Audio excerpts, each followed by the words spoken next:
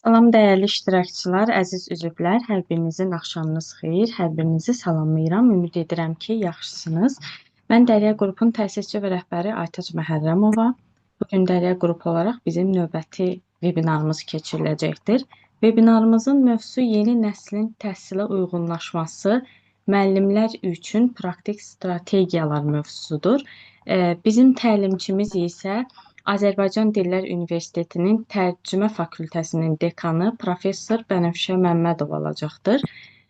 Sizdən bu vebinar üçün tək bir xahişim olacaq. Zəhmət olmasa sözünüz və sualınız olmadığı təqdirdə səsləri bağlı saxlayarsınız. Əgər sözünüz və yaxud da sualınız olsa əl işarəsini qaldıraraq fikrinizi bildirə bilərsiniz. Uğurlar arzu edirəm hər birinizə. Ramazan bayramınızı da təbrik edirəm. Daha doğrusu Ramazan ayınızı. Bənövşə xanım, başlaya bilərik. Uğurlu Axşamınız verin. xeyir olsun Aytaç xanım. Axşamınız xeyir, hörmətli həmkarlar, əziz müəllimlər. Hər birinizi salamlayıram. Bu axşam vaxtı qoşulduğunuz üçün hər birinizə minnətdarlığımı bildirirəm.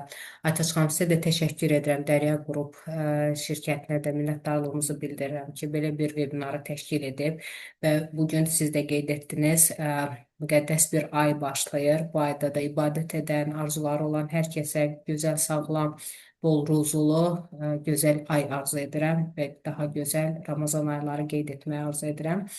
Bugün bizim daha çox demək olar son dövrlər bütün müəllimləri narahat edən yeni nəsil psixoloji və xarakterik xüsusiyyətlərindən danışacağıq. Siniflərin idarə olunması, yeni nəsil müəllimin hansı xüsusiyyətləri auditoriyaya necə cəlb edə bilər, bunlardan danışacağıq. Mən bilirəm ki, burada bizim dəyərli müəllimlərimiz, həmkarlarım da iştirak edir ki, bunlar da hər birimiz bilirik. Sadəcə olaraq müəyyən yenilikləri də mən çalışacağım sizin nəzərinizə çatdırım. Bəzən özümüzə sual veririk ki, niyə əvvəl işləyən üsullar indi eyni nəticəni vermir? Niyə tələbə dərsdədir, amma diqqət burada deyil, biz dəyişməmişik kimi görünür, amma auditoriya dəyişibdir. Auditoriya dəyişibsə biz də dəyişməliyik. Mən çalışacağım bugün yeni nəsil necə düşünür, motivasiya necə yaranır, müasir müəllim necə fərqlənə bilər, bunların üzərində çıxışımı edim. Yeni nəsil kimdir? Bilirsiniz ki, artıq 2025-ci ildən ədəbiyyatlar yeni nəsil olan beta nəslin başlandığını qeyd edir. Beta nəsil, alfa nəsil, bundan əvvəlki alfa nəsil 2010-2025-ci illəri əhatə etdi. Alfa beta nəsli, deməli, son nəsil Z nəsli biz idik və Z nəsil əlifbanın sonuncu nəsli olduğu üçün əlifba yenidən təkrarlanmasın deyə Yunan hərfləri ilə başlayır. Alfa, beta, betadan sonra qamma nəsil başlayacaq. Biz hal-hazırda beta nəslindən daha çox deyək ki, mövzu üzərində quracağıq. Yeni nəsil diqqətsiz deyil, sadəcə olaraq onlar diqqətləri fərqlidirlər. Rəqəmsal mühitdə böyüyən bu nəsil sürətli informasiya axınına adaptasiya olunub. Microsoftun 2015-ci ildə araşdırmasında göstərir ki, rəqəmsal mühit diqqətin strukturunu dəyişdirir və insanlar tez dəyişən stimullara daha həssas olurlar. Bu nə deməkdir? Bu demək deyil ki, onlar öyrənmək istəmir. Sadəcə öyrənmə ritmi dəyişibdir. Uzun fasiləsiz izah olanlar yorulur. Dinamik dərs isə onları aktivləşdirir. Amerika Birləşmiş Ştatlarında aparılmış geniş tədqiqatlar göstərir ki, aktiv iştirak tətbiq olunan dərslərdə akademik nəticələr daha yüksək olur. Deməli, problem nəsildə deyil, bəzən problem metodun uyğunlaşmamasındadır. Yeni nəsil bir sual verir, bu mənə nə verəcək? Əgər biz bu suala cavab verməsək, motivasiya yaranmayacaqdır. Onlar tez geri bildirmək istəyirlər. Uzun müddət gözləmək passivlik yaradır və ən vacibi odur ki, onlar hörmət və təhlükəsiz mühitdə daha yaxşı, produktiv olduqlarını düşünürlər. Səhv etdiyinə görə alçaldılan tələbə bir daha danışmaz. Yeni nəsil psixoloji və davranış xüsusiyyətləri müasir təhsil mühiti yeni tip öyrənən auditoriyası ilə səciyyələnir. Bu auditoriyanın formalaşması, rəqəmsallaşma, informasiya bolluğu, sürətli kommunikasiya və dəyişən sosial dinamika ilə təsirini göstərir. Yeni nəslin diqqət mexanizmi əvvəlki modellərdən fərqlənir. Uzun müddətli, fasiləsiz izahlar diqqətin zəifləməsinə səbəb ola bilər. Bu maraqsızlıq deyil, diqqətin daha dinamik və fraqmentləşdirmə quruluşudur. Digər mühitin Digər mühüm xüsusiyyətlərindən biri də bundan ibarətdir ki, yeni nəsil nə öyrənirik sualından daha çox niyə öyrənirik sualına cavab axtarırlar. Mövzunun praktik tətbiqi və gələcək fəaliyyətdə əlaqəsi göstərilmir. Yəni bu da bu auditoriyanın eyni zamanda operativ geri bildirmə gözləyir. Uzun müddət nəticə görməmək motivasiyanı azalda bilər. Şəffaf qiymətləndirmə, qısa rəy, inkişaf istiqamətinin göstərilməsi motivasiyanın qorunmasında mühüm rol oynayır. Dərsdə motivasiyanın artırılması yollarından da danışaq. Motivasiya pedaqoji prosesin əsas hərəkət verici qüvvəsidir. O spontan deyil, sistemli şəkildə qurulmalıdır. Albert Banduranın sosial öyrənmə nəzəriyyəsinə görə öyrənənlər yalnız informasiyanı deyil, davranış modelini də müşahidə edirlər. Müəllim dərsdə motivasiyanı yaradan əsas fiqurdur. Onun mövzusuna münasibəti, enerjisi, peşəkarlığı auditoriyada modelləşdirilir. Əgər müəllim intellektual marağı nümayiş etdirirsə, öyrənən də prosesə daha aktiv qoşulacaqdır. Bandura həmçinin özünə inam anlayışında vurğulayır. Öyrənən öz bacarıqlarına inandıqca daha yüksək nəticə göstərir. Bu səbəbdən inkişaf yönümlü geri bildirilmələr motivasiyanın əsas mexanizmlərindən biridir. Motivasiyanın artırılması üçün dərs strukturlaşmalıdır. Məqsəd yalnız elan edilməməli, onun funksional dəyərlər göstərilməlidir. Problemlə başlanan idrak marağı oyadır. Aktiv fəaliyyət mərhələsi, layihə, qrup işi, debat və simulyasiyalar öyrənmə prosesini dinləyici mövqeyindən çıxarır. Harvard Gardnerin çoxlu zəkalar nəzəriyyəsində göstərir ki, müxtəlif fəaliyyət formalaşmasının inteqrasiya motivasiyanı artırır. Debat, yazılı refleksiyalar, təqdimat və vizual materialların kombinasiyası geniş auditoriyalarda aktivləşdirilir. Bununla bağlı mənim bir çıxışım olmuşdu. 2024-cü ildə Oxford lüğətinə belə bir söz daxil olmuşdu. Brain rot sözü. Bu söz əslində beyin çürüməsi mənasını verir. Bioloji olaraq deyil, sırf metaforik anlamda işlənilmişdi və ən çox işlənən söz olaraq Oxford lüğətinə daxil olmuşdu ki, bu da yeni nəsil gənclərin daha çox texnologiyalardan və sosial medialardan istifadə etdiklərinin diqqət yayımlılıqlarının, diqqətin bir yerə cəmlənməsinə ciddi təsir göstərmişdi. Və bununla da bağlı dərslərdə aparılan xüsusi metodik, müasir metodların daha çox gəncin, tələbənin, şagirdin fikrini dərsə toplaması və yeni metodlardan istifadə edərək aktivliyi, dərsdə aktivliyin qorunmasını daha çox irəli sürtmüşdür. Rəqəmsal mühit öyrənən ani cavab mədəniyyətinə alışdırılmışdır. Burada əsas xüsusiyyətlərdən sosial-emosional ehtiyaclar gücləndirilməsidir. Müasir auditoriyalarda öyrənmə yalnız idrak prosesi kimi deyil, eyni zamanda sosial təcrübə kimi də yaşanır. Qrup dinamikası, qəbul olunmaq ehtiyacı, özünü ifadə etmə, rəydə iştirak etmə, motivasiya üçün güclü stimuldur. Bu demək deyil ki, dərs yalnız məzmun ötürən məkan deyil, həm də münasibət yaradan mühitdir. Müəllim sinif mühitində etimad atmosferi qura bilmədikdə öyrənən daxili motivasiyasını zəiflədir. Çünki o risk etmədən çəkinir, səhv inkişaf resursu kimi normallaşdırdığında hörmət ünsiyyətin hakim olduğu mühüm motivasiyanı yüksəldir və iştirakçılıq azaldır. Əsas xüsusiyyətlərdən müstəqillik istəyinin artmasıdır ki, məsuliyyət bacarığının həmişə paralel inkişaf etməsidir. Yeni nəsil daha çox seçim haqqı istəyir, mövzunu seçmək, tapşırığın formatını müəyyən etmək, təqdimat üsulunu dəyişmək və s. kimi halların daha çox onların marağına gətirib çıxardır. Lakin seçim imkanlarında tək başına motivasiya yaranmır, seçim strukturlu dəstəklənmədikdə öyrənən dağınıqlıq yaşayır. Buna görə də müasir pedaqogikada azadlıq və üstəgəl çərçivə balansı tələb edir. Müəllim seçimli imkanları yaradır, lakin seçimlərini, meyarlarını, nəticə gözləntilərini və proses addımlarını dəqiq göstərir. Bu həm motivasiyanı Bu həm motivasiyanı artırır, həm də digər şagirdin, tələbənin dərsə cəlb olunması, fikirlərinin cəlb olunmasına daha çox daha çox üstünlük verir. Dərsdə motivasiyanı ən çox artırma pedaqoji fəaliyyətinin mərkəzi məsələsidir. Bu məsələ yalnız emosional həvəsləndirmə ilə məhdudlaşmır. Motivasiya sistemi şəkildə qurulmalıdır, nəzəri əsaslara söykənilməlidir və praktik mexanizmlərlə dəstəklənməlidir. Müasir pedaqogika göstərir ki, motivasiya təsadüfi yaranmır. O, müəllimin dərsdə necə planlaşdırmasından, münasibət modelindən, metod seçimindən və qiymətləndirmə strategiyasından da asılı olaraq formalaşır. Bu baxımdan motivasiyanın artırılması üç əsas istiqamətdə aparılmalıdır. Nəzəri əsaslandırma, dərs dizaynı və fəaliyyət mexanizmi əsas olmalıdır. Motivasiya nəzəri əsaslarının biri də Albert Bandura'nın sosial öyrənmə nəzəriyyəsidir ki, burada nəzəriyyəyə görə öyrənənlər davranışı yalnız birbaşa təcrübə yolu ilə deyil, müşahidə və modelləşdirmə yolu ilə mənimsəyir. Dərs prosesində müəllim yalnız məlumat ötürən deyil, həm də davranış modelidir. Müəllim mövzuya münasibəti, enerjisi, intellektual marağı, məsuliyyəti, davranışı öyrənənlər üçün motivasiya mənbəyinə çevirir.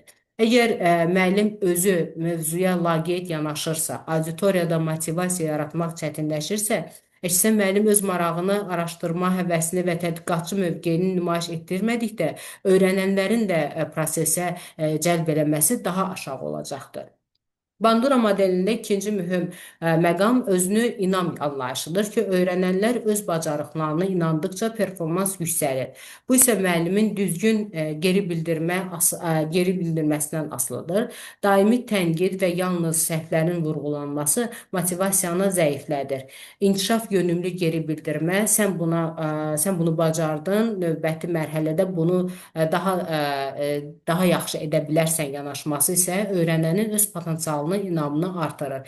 Mən həmişə fikirləşirəm ki, müəllim təkcə nəticəni qiymətləndirməməlidir. Eyni zamanda edilən cəhdə, görünən səyi də qiymətləndirməlidir. Bu zaman şagirdin və tələbənin motivasiyasını daha yüksəldir və onun oxuma istəyini daha da artırır. Harvard Gardner'ın çoxlu zəkalar nəzəriyyəsində motivasiyanın diferensial xarakteri daşıdığını göstərir. Bütün öyrənənlər eyni tip tapşırıqları motivasiya olunmur. Bəzən bilirsiniz ki, öyrənmə tipləri müxtəlifdir. Vizual, kinestetik, audial öyrənmə tipləri var ki, qavrama tipləri var ki, indi də auditoriyalarda müxtəlif qavrama tiplərində şagirdlərə və tələbələrə rast gələ bilirik. Bütün öyrənənlər eyni tip tapşırıqları motivasiya olunmur. Bəziləri üçün debat və yazılı təhlil maraqlı olduğu halda, digərləri üçün vizual təqdimat və praktik fəaliyyət daha cəlb edicidir. Bu baxımdan dərslər müxtəlif fəaliyyət növlərinə inteqrasiya vacibdir. Məsələn, bir mövzunun izahından sonra qrup müzakirəsi, daha sonra qısa yazılı refleksiya və sonda təqdimat mərhələsi əlavə edildikdə müxtəlif zəka tipləri eyni dərsdə aktivləşir. Bu isə motivasiyanın geniş auditoriyada yayımlanmasına imkan yaradır. Motivasiyanın artırılmasında dərsin strukturlaşması xüsusi rol oynayır. Dərs aydın məqsədlə başlamalıdır. Məqsəd formal şəkildə elan edilməkdə kifayətlənməməlidir. Mövzunun real həyata və peşə sahəsinə hansı funksiyasını yerinə yetirdiyi izah olunmalıdır. Dərsin ilk dəqiqələrində problem situasiya təqdim etmək motivasiyanı əhəmiyyətli dərəcədə artırır. Problem öyrənənin idrak aktivliyini cəlb edir və məlumatı qəbul etmək rejimindən məlumatı axtarma rejiminə keçir. Bu keçid daxili motivasiyanın başlanğıcıdır artıq.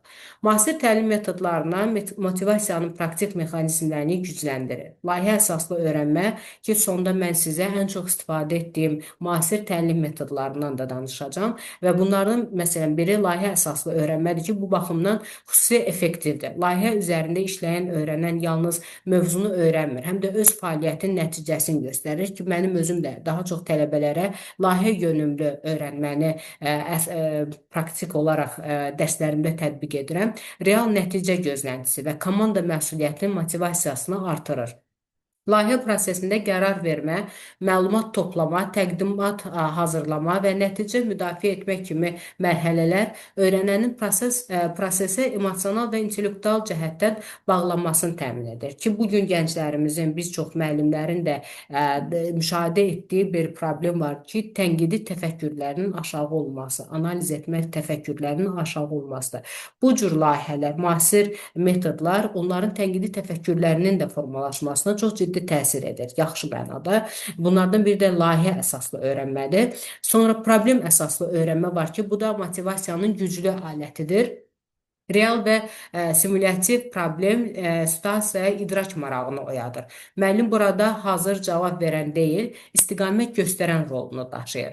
Öyrənən cavabı özü tapdıqda motivasiya səviyyəsi yüksəlir, çünki öyrənmə şəxsi kəşf xarakteri alır artıq burada. Bu model bilik ötürülmüş, burada isə bilik ötürülmür, əksinə qazanılır.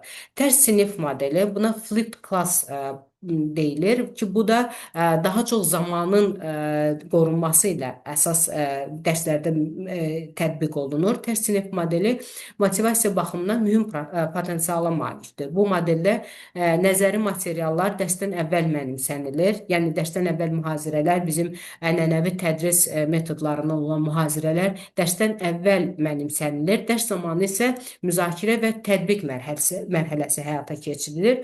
Nəticədə dərs vaxtı passiv dinləməyə deyil, aktiv fəaliyyətə sərf olunur. Debat geri bildirmə imkanının olması öyrənənlərin öz irəliləyişini izlənməsinə şərait yaradır. Xüsusilə də ali təhsildə, məsələn, bizim fakültədə, tərcümə fakültəsində frazoloji, məsələn, ixtisasında frazoloji birləşmələrin ekvivalentliyi mövzusu praktik nümunələrlə işlədildikdə motivasiya nəzərə çarpacaq dərəcədə yüksəlir. Yəni, motivasiya davamlılığını qiymətləndirmə mexanizmi xüsusilə əhəmiyyət kəsb edir. Əgər qiymətləndirmə yalnız yekun imtahan əsaslanırsa, motivasiya qısa müddətli xarici stimul çevrilir. Lakin formativ qiymətləndirmə tətbiq edildikdə, yeni proses boyu irəliləyiş izləndikdə öyrənən öz inkişafını görür və daxili motivasiyasını gücləndirir. Özünü qiymətləndirmə və həmyaşıd qiymətləndirməsi də bu baxımdan effektivdir. Çünki öyrənən yalnız qiymətləndirən deyil, qiymətləndirən subyektə çevrilir. Psixoloji mühit də motivasiyanın ayrılmaz hissəsidir. Təhlükəsiz və hörmətli mühit olmadıqda motivasiya zəifləyir. Səhvin inkişaf mərhələsi kimi qəbul edildikdə açıq ünsiyyətin təşviq olunduğu mühit öyrənən üçün risk etməkdən çəkinmir. Bu isə sual vermək, fikir bildirmək, yaradıcı yanaşma göstərmək üçün zəmin yaradır.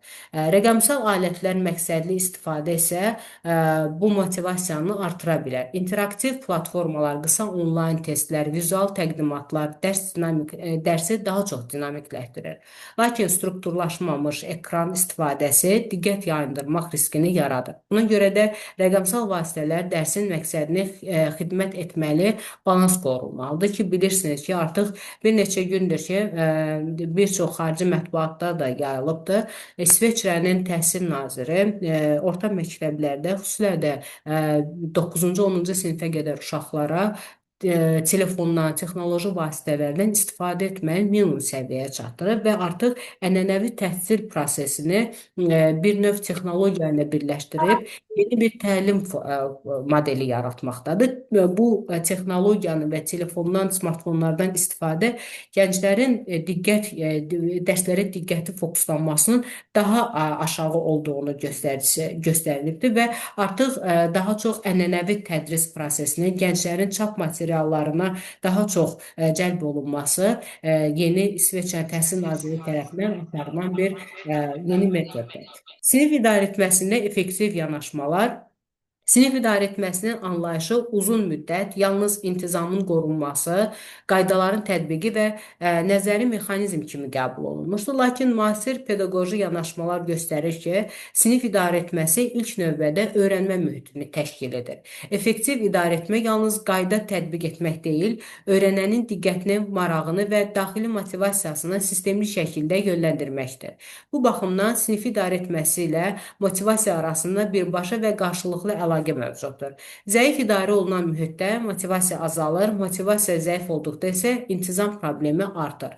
Müasir tədqiqatlar sinif idarə etməsində proyektiv yanaşmanı daha effektiv hesab edirlər. Proyektiv yanaşma o deməkdir ki, müəllim problem yarandıqdan sonra reaksiya vermir, problem yaranmaması üçün əvvəlcədən struktur yaradır. Dərsin planlaşdırılması, vaxtın düzgün bölüşdürülməsi, fəaliyyət mərhələlərinin aydın müəyyənləşdirilməsi və qaydalar əvvəlcədən razılaşdırılması və strukturun əsas elementləridir.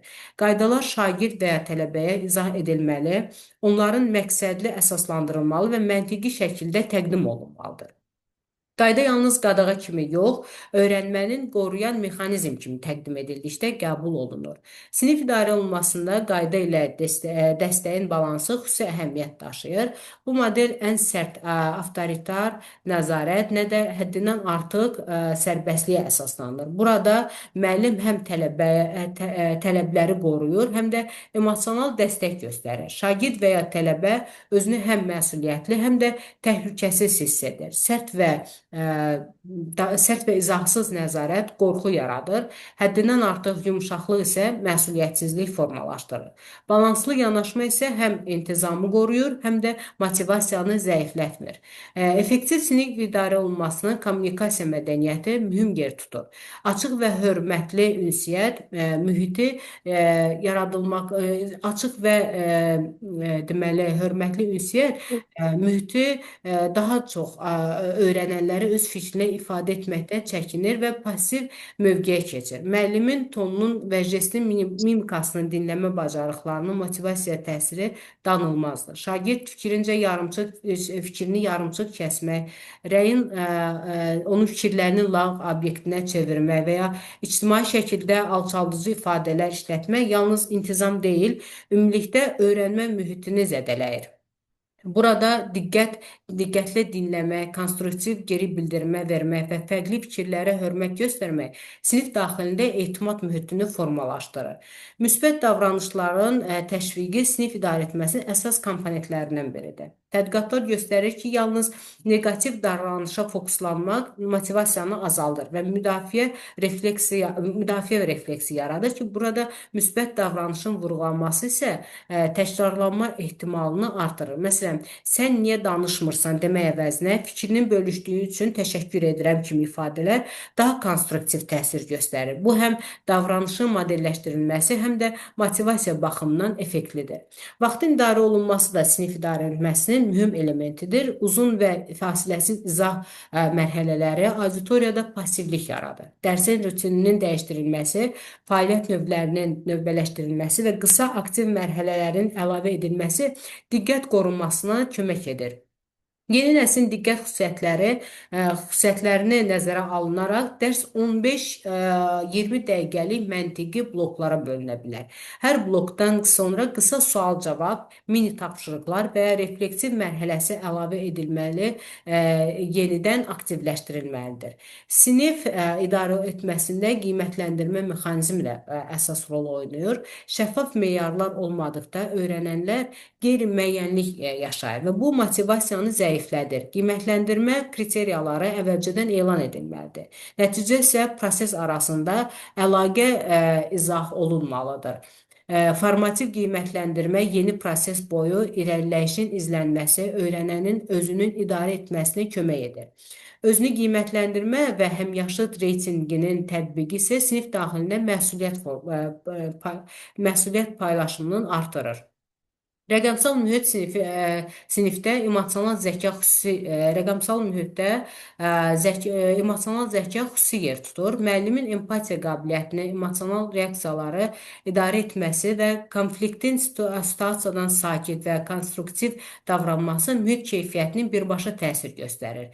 Konflikt zamanı sərt və emosional reaksiya vəziyyəti dərinləşdirə bilər. Halbuki sakit və əsaslandırılmış mövqe konfliktin həllini daha yaxşı və daha düzgün həllini tapmaq olar. Ali təhsil mühitində sinif idarə etməsini bir qədər fərqli xarakter daşıyır. Burada formal intizam problemləri daha az müşahidə olunsa da, passivlik, maraqsız kimi gizli problemlər ortaya çıxa bilir.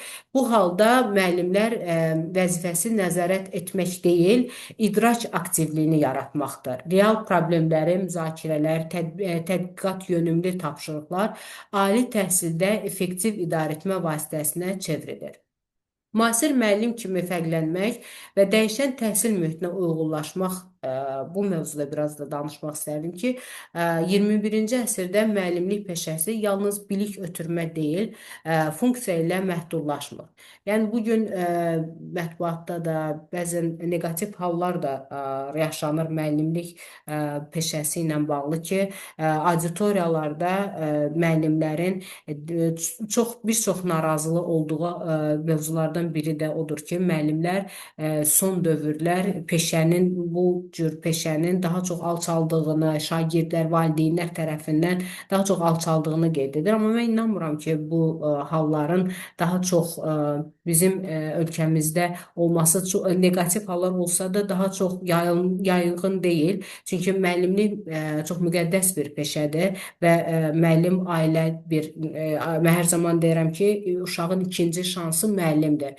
Bir pedaqoq həm bir ana deməkdir, həm bir valideyn deməkdir və biz müəllimlərimiz də, bizim dəyərli müəllimlərimiz, həmkarlarımız da hər zaman çalışırlar ki, gənclərə, tələbələrə, şagirdlərə birinci emosional zəkalarının doldurulub, sonra onların biliklərinin daha yaxşı yerə çatması üçün əlindən gələni edirlər. Müasir təhsil mühiti sürətli texnologiya dəyişiklikləri, informasiya bolluğu, sosial transformasiyalar və əmək bazarının kompetensiyaları yönümlü tələbləri ilə səciyyələnir. Bu reallıq müəllimdən yalnız fən üzrə yüksək hazırlıq deyil, həm də pedaqoji liderlik, adaptativlik və reflektiv düşünmə bacarığı tələb edir. Müasir müəllim artıq informasiyanın yeganə mənbəyi deyil, o informasiya bolluğunda istiqamət göstərən, filtrasiya edən və öyrənmə prosesini dizayn edən şəxsdir. Müasir müəllimin fərqlənən əsas xüsusiyyətlərindən biri emosional liderlikdir ki, emosional liderlik sinifdə və ya auditoriyada psixoloji təhlükəsizlik yaratmaqdır. Empatiya nümayiş etdirmək və öyrənənlərin sosial emosional ehtiyaclarını nəzərə almaq bacarığını əhatə edir. Yeni nəsil auditoriyada daha həssas və sosial baxımdan daha aktiv olduqları müşahidə olunur. Onlar yalnız akademik nəticə deyil, həm də münasibət və hörmət gözləyirlər. Müəllim emosional olaraq əlçatan olduqda, açıq ünsiyyət qurduqda və fərdi fərqlər qəbul etdikdə motivasiya səviyyəsi yüksəlir. Bu müəllimin zəif mövqe nümayiş etdirməsi deyil, əksinə güclü və balanslı lider modelidir. Reflektiv praktika müasir müəllimin digər mühüm xüsusiyyətidir. Reflektiv yanaşma müəllimin öz tədris fəaliyyətini sistemli şəkildə təhlil etməsini nəzərdə tutur. Dərs bitdikdə sonra dərsin bu mərhələ niyə effektiv oldu? Bu tapşırıq daha passiv yaratdı? Bu niyə auditoriyada passivlik yaratdı? Mən hansı ünsiyyət modelindən istifadə etdim kimi sualların verilməsi davamlı inkişafın əsas təşkil edir. Reflektiv müəllim metodları mexaniki tətbiq etmir. O, auditoriyanın reaksiyasına uyğun olaraq strategiyasını dəyişə bilir və çeviklik dəyişən təhsil mühitinin uyğunlaşmasına əsas göstəricisidir. Adaptativ planlaşdırma müasir müəllimin fərqləndirən xüsusiyyətlərindəndir. Ənənəvi modeldə dərs planı əvvəlcədən müəyyənləşdirilir və dəyişməz qalırdı. Müasir modeldə isə plan elastikdir. Müəllim auditoriyanın ehtiyacına uyğun olaraq fəaliyyətinə ardıcıllığını dəyişə, əlavə izah verə bilər və müzakirələri dərinləşdirə bilər. Bu, adaptativ öyrənənlərin real ehtiyacına cavab verir və motivasiyanı qoruyur. Texnologiya bacarığı müasir müəllim üçün əlavə deyil, zəruri kompetensiyalara çevrilmişdir. Lakin burada əsas məsələ texnologiyalardan istifadə etmək deyil, onun pedaqoji məqsədə uyğun tətbiq etməkdir. Rəqəmsal platformalardan interaktiv testlər, onlayn müzakirə formaları və vizual təqdimatlar dərsi zənginləşdirə bilər. Ancaq müəllim texnologiyanı məqsədli deyil, vasitə kimi görməlidir. Məqsədsiz və strukturlaşdırılmamış rəqəmsal fəaliyyət motivasiyanı artırmaq əvəzinə diqqət yayındıra bilər. Bu səbəbdən rəqəmsal savadlıq pedaqoji savadlıqdan paralel inkişaf etməlidir. Müasir müəllimin fərqlənməsi həm də fərdi yanaşma tətbiq etməklə bacarığı ilə bağlıdır. Auditoriyada müxtəlif öyrənmə üslubları və zəka tipləri mövcuddur ki, hamı eyni üsulu müraciət etmək effekti deyil. Fərdi yanaşma o demək deyil ki, hər tələbə üçün ayrıca proqram hazırlanmalıdır. Bu, müxtəlif fəaliyyət növlərinin inteqrasiyası və seçim imkanlarının yaradılması deməkdir. Seçim imkanları motivasiyanı artırır, çünki öyrənən özünü prosesin iştirakçısı kimi hiss edir. Müasir müəllimin digər mühüm xüsusiyyətlərindən biri də akademik və sosial məsuliyyət balansını qorumaqdır. O yalnız dərs deyən şəxs deyil, həm də rol modeldir. Onun etik davranışı, elmi dürüstlüyü, vaxtın idarə olunması və kommunikasiya mədəniyyəti öyrənənlər üçün nümunədir. Banduranın sosial öyrənmə modelində əsasən öyrənənlər müşahidə yolu ilə davranışı mənimsəyir. Buna görə də müəllimin davranışı birbaşa motivasiyanın mexanizminin tərkib hissəsinə çevrilir. Dəyişən təhsil mühitində müəllim öyrənməyi öyrətməlidir. İnformasiya bolluğu dövründə daha çox əsas bacarıq məlumat əzbərləmək deyil, onu seçmək, analiz etmək və tətbiq etməkdir. Müəllim öyrənənə tənqidi düşünmə, problemi həll etmə və müstəqil qərar vermə bacarıqlarını formalaşdırması üçün şərait yaratmalıdır. Bu isə dərsdə açıq sualların, debatların, tədqiqat yönümlü tapşırıqların, layihələrin tətbiqini tələb edir. Peşəkar inkişaf müasir müəllimin davamlı prosesidir. Seminarlar, metodoloji müzakirələr, beynəlxalq təcrübə mübadilələri, akademik ədəbiyyatın izlənməsi, müəllimin yenilənməsi təmin edir. Təhsil sahəsi sürətlə dəyişir və bunun üçün də statistik qalxmaq mümkün deyil. Müəllim özünü daim inkişaf etdirməkdədir ki, auditoriya ilə psixoloji məsafə yaranır və motivasiya azalır. Praktik və tətbiq edilən strategiyalar, nəzəri yanaşmalar və metodoloji əsaslandırmalar praktik mexanizmlərlə dəstəklənmədikdə effektiv olmur. Motivasiya yalnız ideya səviyyəsində qalarsa, dərs prosesini davamlı nəticə vermir. Bu səbəbdən motivasiya artırılması üçün sistemli və mərhələli tətbiq modeli qurmaq zəruridir. Burada əsas prinsip belədir ki, dərs əvvəlcədən düşünülmüş, struktur, məqsəd və fəaliyyət ardıcıllığı əsasında dizayn edilməlidir. Spontan həvəsləndirmə qısa müddətli təsir yarada bilər, lakin davamlı motivasiya planı pedaqoji strategiya tələb edir. Motivasiyanın dərs modelinin mərhələlərində dərs modeli 5 əsas mərhələdən ibarət ola bilər ki, məqsədin təqdim edilməsi, problem və kontekstdən yaradılması, aktiv fəaliyyətin mərhələsi, refleksiya və inkişaf yönümlü qiymətləndirmədir. Birinci mərhələ məqsəd formal elan edilmədikdə mövzunun funksional dəyəri izah olunmalıdır. Məsələn, bugün hansısa bir frazoloji birləşmələrin tərcüməsini öyrəniriksə, demək əvəzinə bu mövzunun gələcəkdə mətnin məna qatlarını itirmədən tərcümə etməyə imkan verəcək kimi təqdimat daha yüksək motivasiya yaradar və məqsəd öyrənən üçün anlamlı olduqda prosesə qoşulma səviyyəsi də artacaqdır. İkinci mərhələ problem situasiyasını təqdim etməkdir. Problem idrak aktivliyini stimullaşdırır. Sual, paradoks və real hadisə və ya praktik çətinliklə motivasiyanın başlanğıc nöqtəsidir. Bu mərhələdə müəllim cavab təqdim etmir, istiqamət verir. Bu, öyrənənin passiv dinləyici mövqeyindən aktiv axtarışının mövqeyinə keçir. Üçüncü mərhələ aktiv fəaliyyət mərhələsidir. Burada daha çox, bayaq da qeyd etdim, layihə, qrup işi, debat, simulyasiyalar və hadisələrin təhlil kimi metodlarına istifadə olunur. Aktiv iştirak strategiyaları motivasiyanın praktik artırılması üçün dərsdə aktiv iştirak mühiti yaradılmalıdır. Bunun üçün qrup işi, fərdi fəaliyyət, balanslaşdırılmış qruplarda sosial zəkaya və əməkdaşlıq bacarıqlarına təsir göstərir və fərdi fəaliyyət isə şəxsi məsuliyyəti gücləndirir. Debat strategiyaları tənqidi düşünmənin və arqument qoymanın bacarıqlarını artırır. Debat zamanı öyrənən yalnız öz mövqeyini müdafiə etmir, alternativ baxışları da analiz edir. Bu cür qiymətləndirmə strategiyalarında isə praktik strategiyalar sırasında qiymətləndirmə xüsusi yer tutur. Əgər qiymətləndirmə yalnız yekun imtahan məhdudlaşdırırsa, motivasiya qısa müddətli xarakter alır. Rəqəmsal balans strategiyası texnologiyanın tətbiq motivasiyasını artırmaq üçün bir vasitədir, lakin məqsəd deyil. İnteraktiv platformalar, qısa onlayn sorğular və vizual təqdimatlar dərsi dinamikləşdirə bilər. Eyni zamanda dərsdə ekransız mərhələlərin olması diqqətin qorunmasına kömək edə bilər. Bu modellər strukturlaşmış sistemləri yanaşma təmin edir. İnstitusional səviyyədə praktik yanaşma, praktik strategiyalar yalnız fərdi müəllim təşəbbüsü ilə məhdudlaşmamalıdır. Təhsil mühitində təhsil müəssisələrində metodoloji müzakirələr, sistemlər və təcrübə mübadiləsi təşkil olunmalıdır. Akademik mühitin innovativ metodlarına daha çox üstünlük verilməlidir.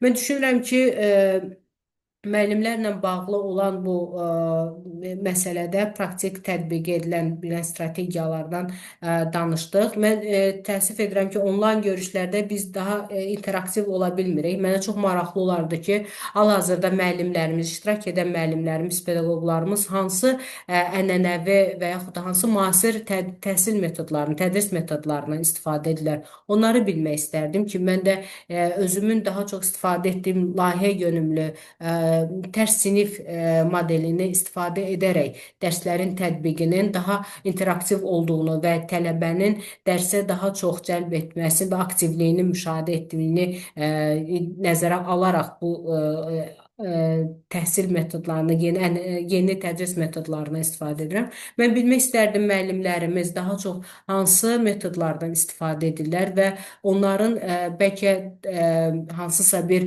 məsləhətləri var və yaxud da onların özünün, çünki metodika elədir ki, bəzən biz oxuduğumuz, bildiyimiz metodlardan auditoriya ilə tamam fərqli olur. Biz auditoriyada bayaq da qeyd etdim, yeni nəsil hansı ki, daha çox qısa və daha tez məlumatları qəbul edən bir nəsil olaraq qiymətləndirilir və bunların bəlkə də yeni bir metodlar var ki, bizim müəllimlərimiz onları daha çox istifadə edirlər və daha faydalarını görürlər. Mən istərdim müəllimlərimizlə də bir danışaq bu barədə. Sualı və yaxud da fikri olan varsa səsləndirə bilər. Salam. Təşəkkür edirəm Hər Bənövşə vaxtınız xanım. xeyir. Salam. Salam, hər vaxtınız xeyir olsun. Gördük. Mən biraz düzdür təlimə gec qatılmalı oldum. Çünki başqa bir təlimdə idim. İndi biraz əvvəl qatılmışam. Mənim üçün çox xoş oldu. Hal-hazırda mən özüm də bölgələrdən birində ibtidai sinif müəllimi olaraq fəaliyyət göstərirəm. Düşünürəm ki, indi bizim həm az yaşlı uşaqlarımızda, həm də yeniyetmə çağında olanlarda fikri ifadə etmək, oxuyub anlama biraz zəifdir, ünsiyyət qabiliyyətləri.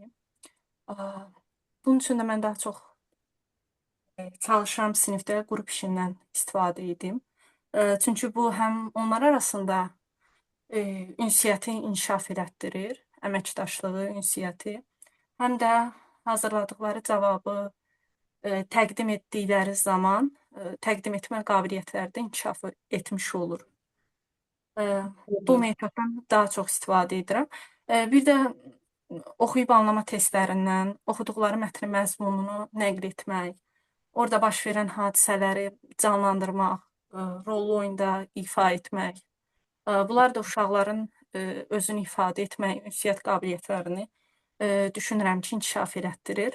Həmçinin bu dövrdə ünsiyyət, əməkdaşlıq qabiliyyətlərinin inkişaf elətdirilməsi məncə 20-ci əsrin əsas bacarıqlarından biri olduğu üçün lazımlıdır.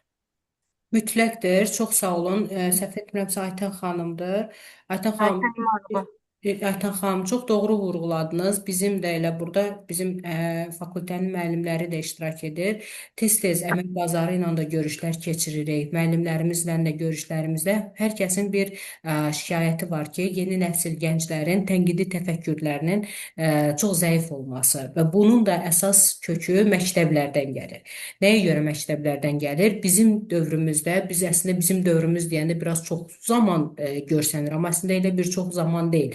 Və bu nəsillərin ara fərqi bioloji deyil də, burada sosial və texnoloji strukturlardır. Yəni bizim arada olan fərqlərimiz çox belə görünsə də əslində elə böyük bir şey deyil.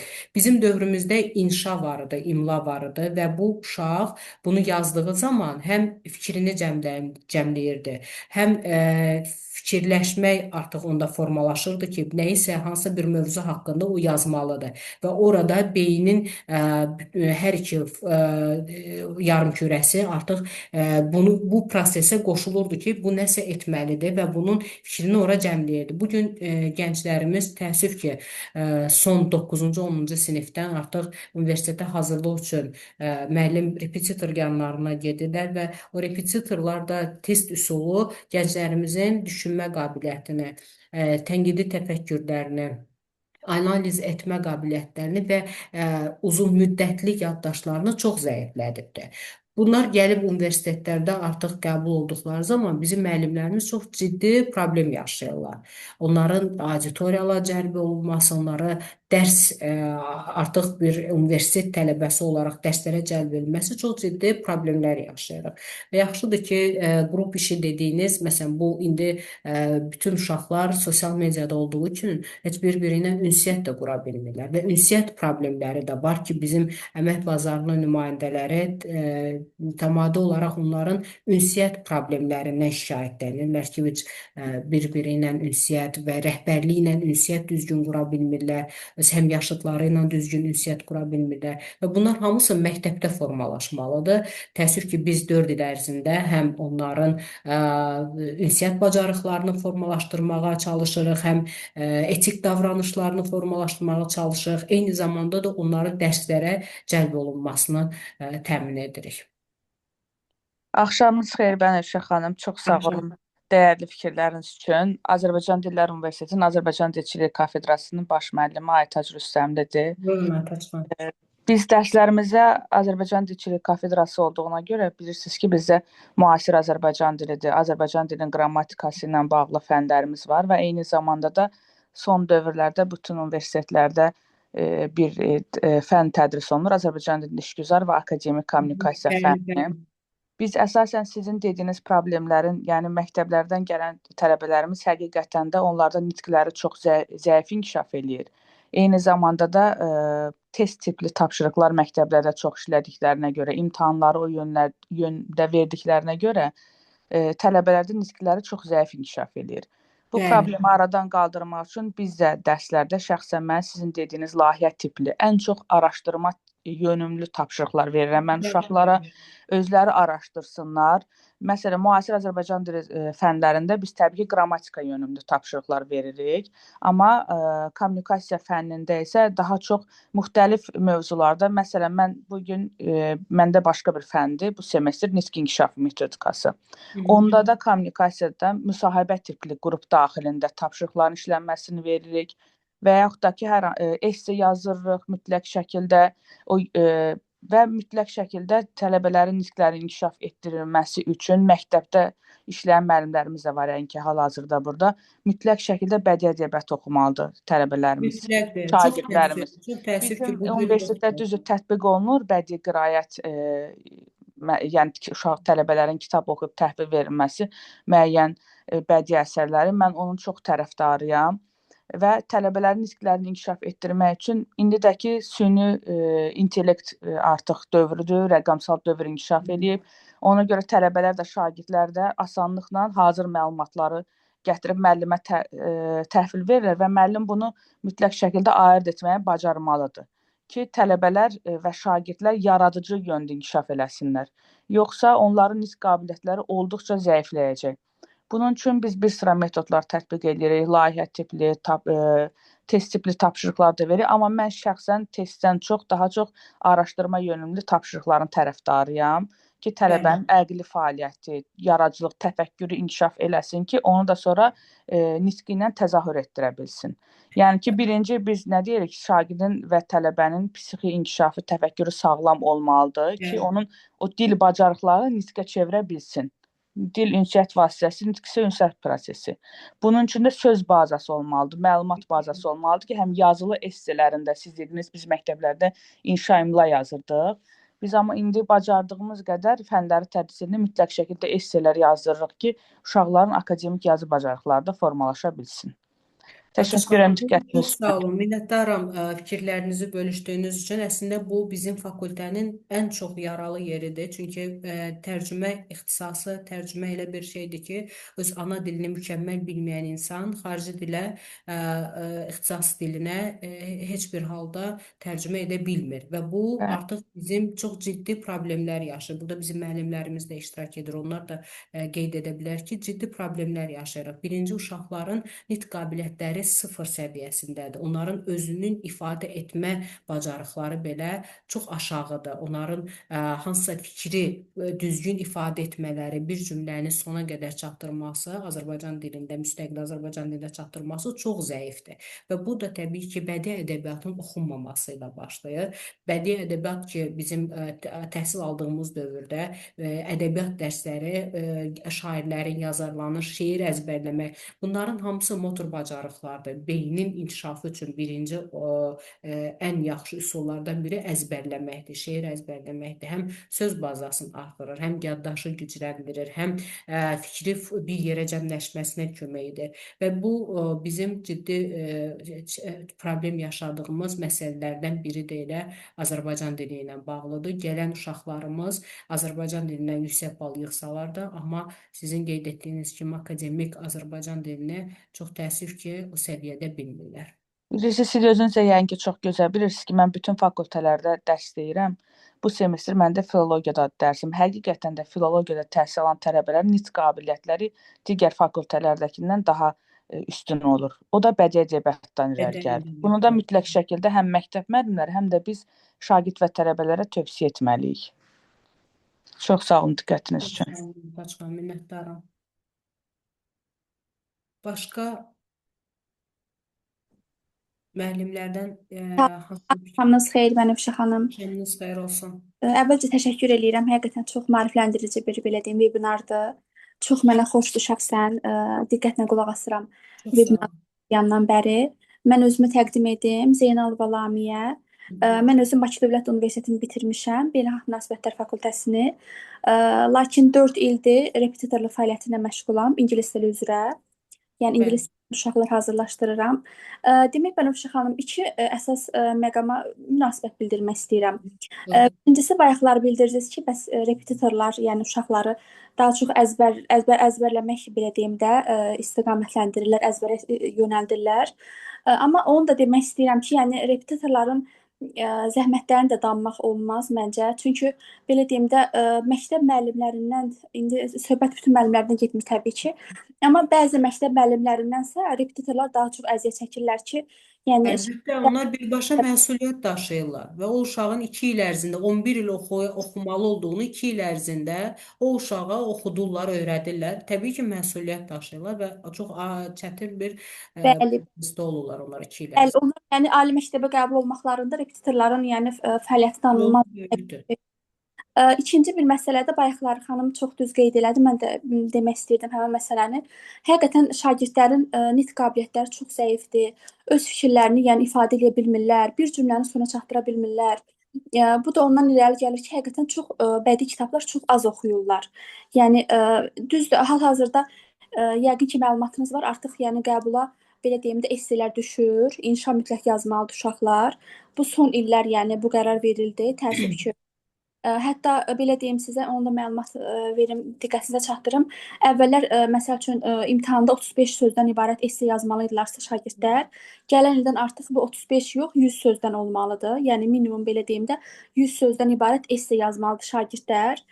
Bu da birdən belə bir qərar verilməyi biraz uşaqlarda necə deyim sizə çaşqınlıq yaradır. Çünki həqiqətən də bəzi şagirdlər hələ öz fikirlərini ifadə edə bilmirlər. Düşündüklərini, yəni nitq formasında, danışıq formasında çatdıra bilmirlər, fikirlərini çatdıra bilmirlər. O da bəli, ondan irəli gəlir ki, çox az kitab oxuyurlar. Bədii əsərlər demək olar ki, çox az oxuyurlar. Yəni siz demiş əvvəllər bizdə də elə idi. Müəllim bizə bədii əsərlər verirdi, öyrənirdik onları, oxuyurduq və sonra danışırdıq. Bu da həqiqətən insanın həm nitq qabiliyyətinin formalaşmasına siz demiş, yəni fikrinizə qüvvət, həm yəni yaddaşının güclənməsi, hafizənin güclənməsi, həm öz fikrini tam dəqiq çatdırmağa çox böyük kömək olur, yəni yardım edir. Mən də ümid eləyirəm ki, yəni şagirdlərimə də tətbiq eləməyə çalışıram bu metodu. Yəni bacardıqları qədər oxusunlar. Kitabla, Əslində mən telefon sizə bir söz deyim. Biz uşaqları çox, bu yeni nəsil uşaqları çox qınayırıq ki, qısa materialları, daha çox saatı çox olmayan, az saatlı dərslərin qəbul olunmasını, əgər onlar bizim özümüzdə belə artıq bu formalaşıb sosial media insanları o qədər qısa metrajlı informasiyalara öyrədib ki, biz artıq uzun müddətli, uzun saatlı videolara və yaxud da hansısa bir informasiyanı qəbul etməyə tələsirik və tez-tez onu keçirdirik ki, əsas məğzi tutaq, əsas məzmunu tutaq. bəli, doğrudur. Doğrudur. Çox sağ olun. Bizim burada bir nəfər yazıb, yayğın deyil, daha 15 gün əvvəl şagird müəllimi güllələyib. Baxın, heç bir hadisə birdən baş vermir və bu, bayaq da qeyd etdiyim kimi, emosional zəkanın bizim bu dediyimiz yeni nəsil üzərində çox aşağı olduğu göstərilir. Bu 9 ildir ki, fakültə dekanı olaraq fəaliyyət göstərirəm. 20 ilə yaxındır müəllim olaraq pedaqoji fəaliyyətim var. Son 3-4 ildir ki, ciddi şəkildə gənclər arasında emosional zəkanın aşağı düşdüyünü müşahidə edirik. Bu nə deməkdir? Empati səviyyəsi çox aşağıdır, bir-birini dinləmə, anlama çox aşağıdır və bu hadisənin baş verməsi həmən gün, həmən dəqiqə deyil. Bu hadisə mütəmadi olaraq ki, formalaşıbdır, son nöqtə olaraq həmin gün baş veribdir. Yəni biz valideynlər təkcə müəllimə güc düşməməlidir burada. Valideyn tərəfindən də dəstək olmalıdır. Müəllim, biz neçə müddət bundan öncə mən bir yazı oxumuşdum. Bir gənc pedaqoq yazmış ki, biz tərbiyə verən deyilik, biz müəllimik. Əslində mən yenə də qeyd edirəm, müəllim uşağın ikinci şansıdır. Bizim müəllimlərimiz bizə evdə deyə bilmədiyimiz sözləri müəllimə demişik və müəllim bizə bir ana olubdur, bizə bir dəstəkçi olubdur. Bugün müəllim, başa düşürəm, sistemdə fərqli yanaşmalar var və müəllim üzərində çox yüklənibdir. Amma bu demək deyil ki, biz qarşımızdakı gəncin, hansı ki bu cəmiyyət üçün formalaşdırılan, biz bilikdən çox şəxsiyyət formalaşdırırıq və bu şəxsiyyəti də göz ardı edib, biz ancaq bizim üzərimizə düşən 90 dəqiqə, 80 dəqiqə, 45 dəqiqəni yerinə yetirib çıxmaq deyil. Təbii ki, qarşımızdakı insanın biz də bundan çox rastlaşırıq ki, diqqəti cəlb etmək üçün hər zaman sakit olmur uşaqlar. Diqqəti cəlb etmək üçün nadinclik edirlər, şıltaqlıq edirlər. Onlar diqqəti cəlb etmək üçün hətta dərs müddəti bizim müəllimlərimiz də bunu təsdiq edə bilər. Ən pis yaş dövrü 15, 16, 17 yaşdır ki, bunlar artıq 11-ci sinif və universitetin 1-ci, 2-ci kursları olurlar. Bu, psixoloqlar da bunu hər zaman deyirlər ki, o yaş dövrü bir insan deyil, bir neçə insandır və o günün müxtəlif saatlarda fərqli xarakterdə olur. Və biz bunları deyə bilərsiniz ki, əvvəl niyə belə deyildi? Əvvəl də belə olub. Sadəcə olaraq əvvəl bizim bu məlumatları alacağımız informasiyalar olmuyubdu. Bunların şəxsiyyətlərinin formalaşdığı haqqında məlumatlarımız olmuyubdu. Biz sadəcə olaraq demişik, bu şagird şuluqçu şagirddir, bu nadincdir, bu sakitdir. Amma biz bunların xarakteristikasını indi biz nələrisə sosial mediadan informasiyalar aldığımız zaman biz başa düşürük ki, əslində bu uşağın ən böyük problemi diqqət cəlb etməkdir. Və o diqqəti də bəziləri yaxşılıqla cəlb edir, bəziləri nadincliklə cəlb edir və bizim praktikamızda hədsiz çox belə uşaqlar olubdur. Birinci kursda qəbul olur və xüsusilə də oğlan uşaqları o xarakterinin formalaşdığı, kişilik xarakterinin formalaşdığı bir yaş dövrüdür ki, o özünü kişi kimi göstərmək istəyir və bu müəyyən vaxtdan sonra xüsusilə də Üçüncü kursda artıq onun tam xarakteri dəyişir və tam fərqli bir adama çevrilir. Yəni biz o dövrə, bilsiz, mübahisələr insan həyatının təbii hissəsidir. Bu mübahisələrsiz bizim həyatımız mümkün deyil. Amma bu mübahisələrə biz cəza ilə tətbiq etsək, hansısa bir cəza qoysaq, yəni onun effekti bugünkü nəsil üçün heç vaxt yaxşı olmayacaqdır. Heç bir zaman biz onlardan yaxşı bir nəticələr əldə etməyəcəyik. İndiki dövrün tələbi anlama, dinləmə, onların istədikləri anlama, dinləmə və empati qurmaqdır. Və bu üçü bir yerdə olduğu halda ki, mən müəllimləri də başa düşürəm, sosial həyat, sosial problemlər də insanları bəzən yorur və o dərəcədə də maraq göstərmir ki, müəllim şagirdi və yaxud da tələbəni dinləsin, amma dinləyən müəllimlər də var və yol göstərən müəllimlər də var və müəllim şagirdinin, tələbəsinin həyatına toxunan bir varlıqdır, bir modeldir və o evdə bir ailədirsə, məktəbdə onun üçün, universitetdə onun üçün bir müəllimdir.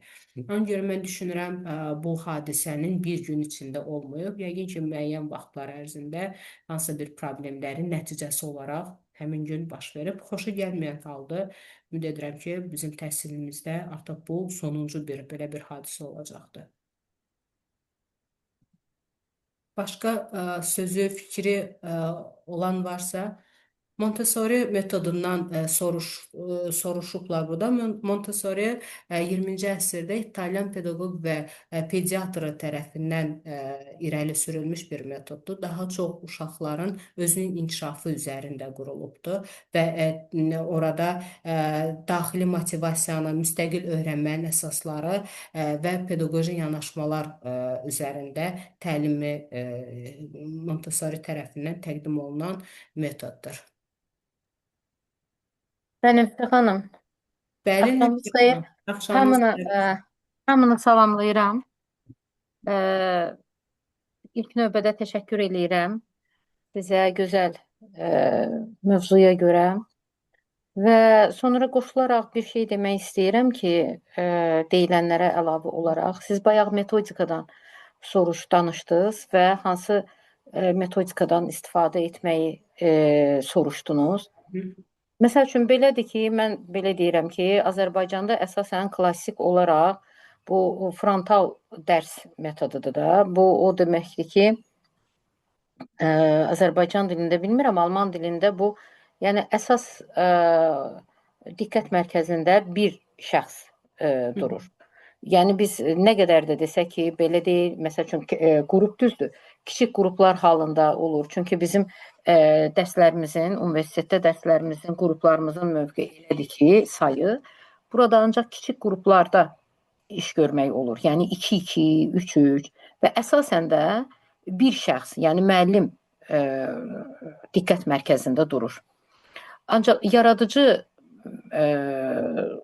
işlərə gəldikdə isə qrup, məsəl üçün bizdə əsasən birinci, ikinci kurslardır və burada daha çox sərbəst işlər böyük rol oynayır. Bəli. Və o sərbəst işləri uzaqbaşı 2-2, məsəl üçün olur ki, İngilis dili müəllimləri, onlar qrup halında işlədirlər. Bizdə daha çox 2 yaxud da ki 1. Bu, yəni yaradıcı, müəyyən bir mövzunu yaradıcı halında işləyirlər. Yəni təkcə gətirib təhvil vermirlər, bunu bütünlüklə işləyir, danışılır, deyilir. Yəni bunun üzərində böyük iş gedir. Ancaq mənim təklifim bir də bilirsiniz nədən ibarətdir? Mən indi diqqətlə qulaq asırdım. Baxın, həm burada danışıq, yəni gənclərimizin nitqindən, onların emosional zəkasından, davranışından, bütün bunların hamısı danışıldıqda diqqət verib adam görür ki, bilirsiniz, bu hamımız ədəb deyirik ki, ədəbiyyat az oxunulur, ədəbiyyat lazımdır. Bəli, bu elə bir şeydir ki, bu insanın özünün ya uşaqlıqdan bunu tərbiyə eləmək lazımdır. Bu olmadıqda isə, indi bütün ailələr eyni deyil, bu olmadıqda isə elə də necə deyim, fərdi, yəni ki, bu xüsusiyyətdir. Bir qrupda tutaq ki, 10 nəfər varsa, onun ikisi gözəl ədəbiyyata meyilli olacaq. Bizim işimiz nə ola bilər? Universitet olaraq. Məsələn, tələbəni bacardıqdan çox universitetdə, yəni cəlb eləyib saxlamaq. Müəyyən bir tədbirlər deyim, yaxud nə ilə deyim, axırı. Nəyə görə? Çünki tələbə elə bir ki, fikir verib özünüz də görürsünüz ki, 9-un yarısı dərsə gəldi, saat 1-də dərsi qurtardı və salam. Yəni bu bircə onu bilir ki, yəni buradan aralanıb getsinlər. Yəni bunları o kitabxanalarda cəlb eləmək, müəyyən bir tədbirlərdə, müəyyən konversasyonlarda iştirakı. Bilirsiniz, bax bunlar böyük rol oynayır. Yaxud bizim tələbələrimizin müəyyən bir hissəsi Sumqayıtdan gəlirlər. Və onları ora aparan avtobuslar var. Və bu avtobus müəyyən bir saatda getdiyi üçün və o tələbələr universitetin müəyyən bir, tutaq ki, biz Alman, bizdə Liza Brand gəlir, conversation salır da uşaqlarla, tələbələrlə danışma. Onlar orada iştirak edə bilmirlər ki, yəni burada bunlar onda bu nəqliyyatı buraxacaqlar. Bilirsiniz, yəni mən belə fikirləşirəm ki, bu təkcə bir baxımlı, bir şaxəli deyil. Bu o qədər böyük şaxəli bir işdir ki, yəni təkcə qrupun içində yox, hər bir yerdə bundan işləmək lazımdır. Mütləqdir Nilüfər xanım, düzgün qeyd etdiniz. Əslində universitetlər, məktəblərdən çox valideynlərə evlərdə bu məsuliyyət onların üzərindədir. Çünki evdə valideynin oxumadığı bir kitabı, kitabla tanış olmadığı bir ailədə təbii ki, həmin evdə böyüyən uşağın da heç bir kitab anlayışı olmayacaq və kitaba marağı olmayacaqdır. Bu normaldır. Ona görə də əslində biz valideynləri də çalışırıq ki, valideynləri də cəlb edək ki, valideyn oxumasa heç bir halda tərbiyə elə bir anlayışdır ki, bu elə bir mexanizmdir ki, bu sadəcə olaraq gördüyünü götürməkdir. Biz kimliksə bizim övladımız da odur. Biz necə isə bizim övladımız da odur.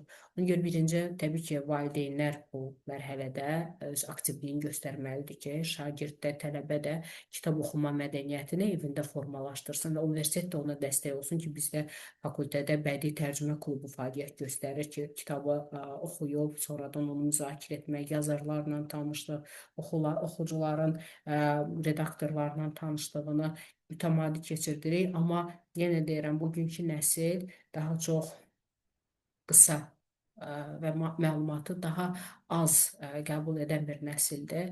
Onların da təbii ki, biz dəyişmək kimi bir şansımız yoxdur. Sadəcə olaraq onlara uyğunlaşıb, hansısa formada yeni metodlardan istifadə edib daha çox məlumat verməkdir. Başqa Rəhimə Babayeva xanım. Axşamınız xeyir, Məndəşə xanım. Axşamınız xeyir, hörmətli müəllimlər. Mən Babayeva Rəhimə, Avropa Dilləri Kafedrasının baş müəllimi. Elədiyim fən xarici dildə işgüzar və akademik kommunikasiya ingilis dilidir. Mən deməli dərslərimdə əsasən 80-20 texnikasından istifadə edirəm. Yəni 80-20 texnikası yəqin ki, ingilis dili müəllimləri bilərlər. 80% yəni mən verirəm praktikaya, amma 20% yəni müəllimə ayrılır. Yəni siz düz deyirsiniz ki, yəni bugünkü tələbələr daha asan yolla və daha tez istəyirlər mənimsəsinlər. Yəni əvvəllər məsəl üçün düzdür, müəllimlər çox danışır eləyirdi, amma indi isə tələbə istəyir ki, qısa və konkret olsun. Bəli. Və texnikanı, yəni tətbiq eləməkdən ötürü mən dərslərdə çalışıram ki, bu metod üsullarından istifadə edirəm. Məsəl üçün qruplardan işləyib, cütlüklərdən işləyib. Məsələn, dərsə başlayarkən beyin həmləsindən istifadə edirəm, Venn diaqramından. Yəni bunlardan istifadə etdikcə görürük ki, məsəl üçün hətta belə zəif tələbənin dərsə marağı yaranır. Bəli. Məncə oxumaq istəməyən bir tələbə şagird yoxdur. Sadəcə olaraq onu cəlb edən bir müəllim olmalıdır. Və müəllim emosional deyil, sadəcə olaraq qrupu fərdi yanaşma ilə cəlb eləyə bilər. Oxumaq istəməyən uşağın da təbii ki bir səbəbi var. Onu da bilmək lazımdır ki, oxumaq istəməməyinin səbəbi nədir, maraqsız olmağının səbəbi nədir və onun da ona uyğun hansısa bir metod tətbiq edib bunu da dərsə cəlb etmək məncə bu mümkündür və mən öz şəxsən praktikamdan deyə bilərəm ki, heç vaxt dərsində ən zəif olan belə müəyyən bir vaxtlarda dərslərə qoşulub və həmin qrup layihələrinə qoşulubdur. Mütəmadi proyektlərdə iştirak edibdir və bu şagirdin və tələbənin əslində sənin fikrin mənə önəmlidir fikri aşılandıqda o özünü göstərmək üçün əlindən gələni edəcəkdir və yenə də qeyd edirəm, müəllim nəticəni qiymətləndirməməlidir. Müəllim səyi, müəllim göstərilən əziyyəti, zəhməti də qiymətləndirilməlidir. Çünki qeyd etdiyim kimi qavrama qabiliyyəti hər kəsdə eyni olmaya bilər və həmin şagirdin, həmin tələbənin qavrama qabiliyyəti aşağı ola bilər, amma onun cəhdi yaxşı ola bilər və o cəhdi, o səyi mütləq ki qiymətləndirdiyində onun nəticəsi daha yaxşı ola bilər. Onun dərsə bağlılığı, dərsə diqqəti daha çox ola bilər. Mən də sizinlə razıyam.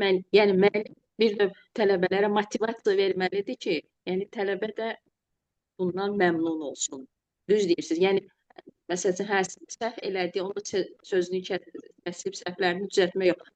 Əslində ona imkan yaratmaq ki, o öz fikrini bildirə bilsin. Bəli, doğrudur Əmin xanım. Çox sağ olun. Siz də sağ olun. Ümid edirəm ki, bu görüşümüz az da olsa faydalı oldu ki, bizim burada çox dəyərli, çox peşəkar müəllimlərimiz iştirak edir və hər biri də öz dərslərində tələbələrinə verdiyi o bilik, bacarıqdan əlavə öz dəyərli hisslərini də aşılayan müəllimlərimizdir, pedaqoqlarımızdır. Biz sadəcə olaraq fikir mübadiləsi etdik burada və bir-birimizlə istifadə etdiyimiz metodları bölüşdük. Hər birinizə ümid edirəm suallarınız yoxdur, uğurlar arzu edirəm. Bu saatda qoşulduğunuz üçün, diqqətlə dinlədiyiniz üçün və vaxtınızı ayırdığınız üçün hər birinizə minnətdarlığımı bildirirəm. Yenə hansısa bir sualınız olduğu halda müraciət edə bilərsiniz. Çox sağ olun Bənövşə xanım. Mən də sizə təşəkkürümü bildirirəm. Çox maarifləndirici bir webinar oldu. Əminəm ki, iştirakçılarımız üçün də elə keçdi. İnşallah 21 fevral tarixində də özəl qonağımız olacaqsınız tədbirimizdə. Təşəkkür edirəm həm webinar üçün, həm tədbirimiz üçün, yəni dəvətimi qəbul etdiyinizə görə minnətdarlığımı bildirirəm. Ümid edirəm ki, əməkdaşlığımız daimi olar və belə bir maarifləndirici bir webinar yenidən edərik. Əminəm ki, iştirakçılarımız, dəyərli pedaqoqlarımız da bəyəndilər. İnşallah, amma bunu biz daha çox canlı ünsiyyətlə etdiyimiz halda daha çox faydalı ola bilər. Olar, əlbəttə. İnşallah. Olar, yəni bizdə tədbirlər olur, seminarlar da keçiririk, canlı görüşlər keçiririk ki, canlı formada müzakirəli olanda daha yaxşı keçir, nəinki belə onlayn formada. Düzdür, pedaqoqlar qoşulur bizim webinarlarımıza, amma mən çox istəyərdim ki, tələbələrimiz də iştirak etsin. Yəni tələbələrin də yaşları az olsalar belə, yəni hələ də tələbə olsalar belə, onlar da maariflənməlidirlər. Onlar da öz ixtisasları üzrə inkişaf etməli və yetişməlidirlər. Mən yadımdadır ki, tələbə olan vaxtı bizdə elə çox icazə vermirdilər, ancaq universitet daxili tədbirlərə bizi qoyurdular. Amma indi mən çox istəyirəm ki, o tələbələrimiz hər biri yəni inkişaf etsinlər. Çünki əgər bir seçim eləyib universitetə daxil olublarsa, artıq onlar öz ixtisasları üzrə inkişaf etməli və formalaşmalıdırlar ki, gələcəyimizdə cəmiyyətimizə öz ixtisasları üzrə hər hansı bir belə deyim də, lor dildə desə bir xeyri versinlər, həmçinin özləri üçün bu yaxşı olsun. Bir daha təşəkkürümü bildirirəm həm qoşulan iştirakçılarımıza, dəyərli pedaqoqlarımıza, həm də sizə Bənövşə xanım. Çox maraqlı və maarifləndirici bir webinar oldu. Minnətdaram. Mən sizə təşəkkür edirəm Aytaç xanım, iştirak edən hər kəsə minnətdarlığımı bildirirəm. Gecəniz xeyrə qalsın. Xeyrə qalsın. Sağ olun. Çox sağ olun, təşəkkür edirəm. Sağ olun.